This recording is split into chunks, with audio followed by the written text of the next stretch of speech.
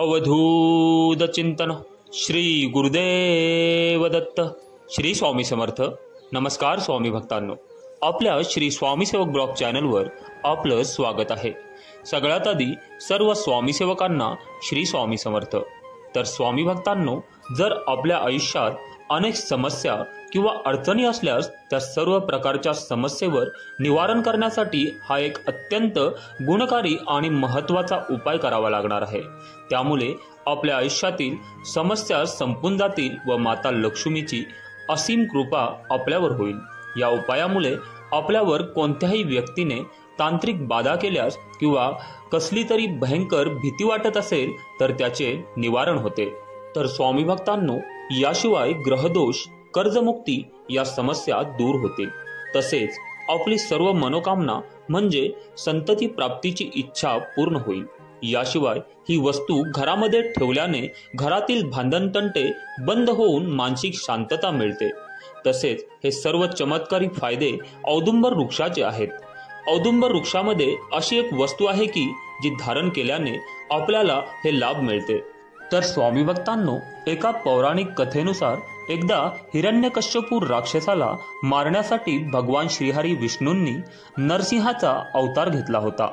कारण हिरण्यकश्यपू राक्षस हा भक्त प्रल्हादाला खूप त्रास देत असत, तसेच त्याचा छळ करत. एकदा त्याने विचारले की कुठे आहे तुझा देव? तेव्हा प्रल्हाद म्हणाला की देव चराचरामध्ये आहे.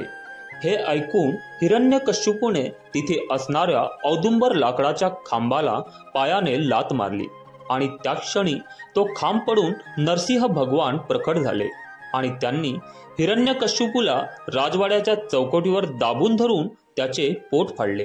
परंतु हिरण्यकश्यपूच्या पोटामध्ये असणाऱ्या कलिकुंड विषामुळे भगवान नरसिंहांच्या नखामध्ये प्रचंड आग व्हायला लागली.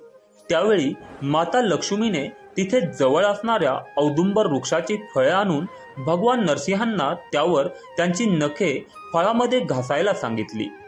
औदुंबर वृक्षातील फळातील रसामुळे भगवान नरसिंहांच्या नखांचा दाह संपला व त्यांनी प्रसन्न होऊन औदुंबर वृक्षाला आशीर्वाद दिला की माझा व माता लक्ष्मीचा सदैव औदुंबर वृक्षामध्ये वास राहील.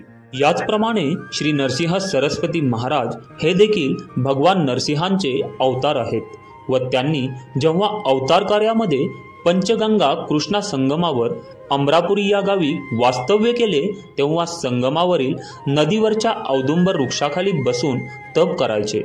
तिथे तप करताना 64 योगिनी त्यांच्या पूजनासाठी व त्या वृक्षाखाली येत असत व जेव्हा नरसिंह सरस्वतींनी अमरापूर सोडण्याचा निर्धार व्यक्त केला तेव्हा या 64 योगिनींनी महाराजांना विनंती केली की त्यांनी तिथून जाऊ नये. त्यावेळी नरसिंह सरस्वतींनी सांगितले की काळजी करू नका, मी सदैव या औदुंबर वृक्षामध्ये राहीन. याशिवाय औदुंबर वृक्ष हा शुक्र ग्रहाचा कारक मानला जातो व शुक्र ग्रह हा धनसंपत्ती, ऐश्वर्य याचा कारक असतो.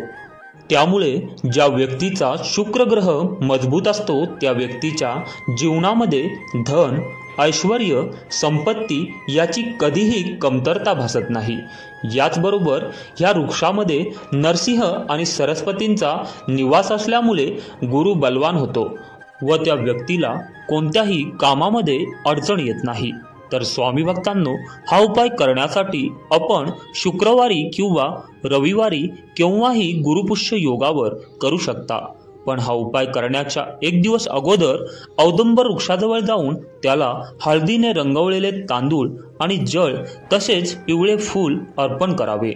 याशिवाय या झाडाला अगरबत्ती लावून पूर्ण श्रद्धेने पूजा करावी व दुसऱ्या दिवशी सकाळी लवकर उठून स्नान आटपून औदुंबराच्या मुलाचा लहान तुकडा कापावा व तो तुकडा गंगाजल अथवा स्वच्छ पाण्याने साफ करून त्यानंतर हे मूळ आपल्या देवघरामध्ये एखाद्या चौरंगावर पिवळे वस्त्र अंथरून त्याच्यावर चण्याची डाळ ठेवून त्यावर हे मूळ ठेवावे आणि त्याची मनोभावे पूजा करून प्रार्थना करावी. त्यामुळे अडलेली कामे तसेच जीवनातील सर्व संकटे आणि ग्रहदोष यातून मुक्ती मिळते. आणि त्यानंतर हे मूळ शक्य असल्यास देवघरात ठेवावे. किंवा एखाद्या चांदीच्या किंवा स्टीलच्या डब्बीमध्ये कुंकू टाकून ठेवावं। याशिवाय आपण एखादा चांदीचा ताईत बनवून हातावरही धारण करू शकतो।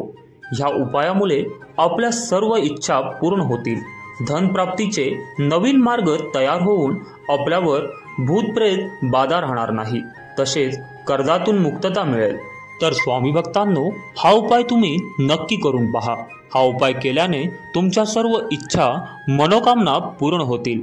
व आपल्याला जर ही व्हिडिओ आवडली असेल तर ह्या व्हिडिओला जास्तीत जास्त लोकांपर्यंत शेअर करा, लाईक करा आणि आपल्या चॅनलला सबस्क्राईब करा आणि कमेंटमध्ये श्री स्वामी समर्थ लिहायला विसरू नका। श्री स्वामी समर्थ।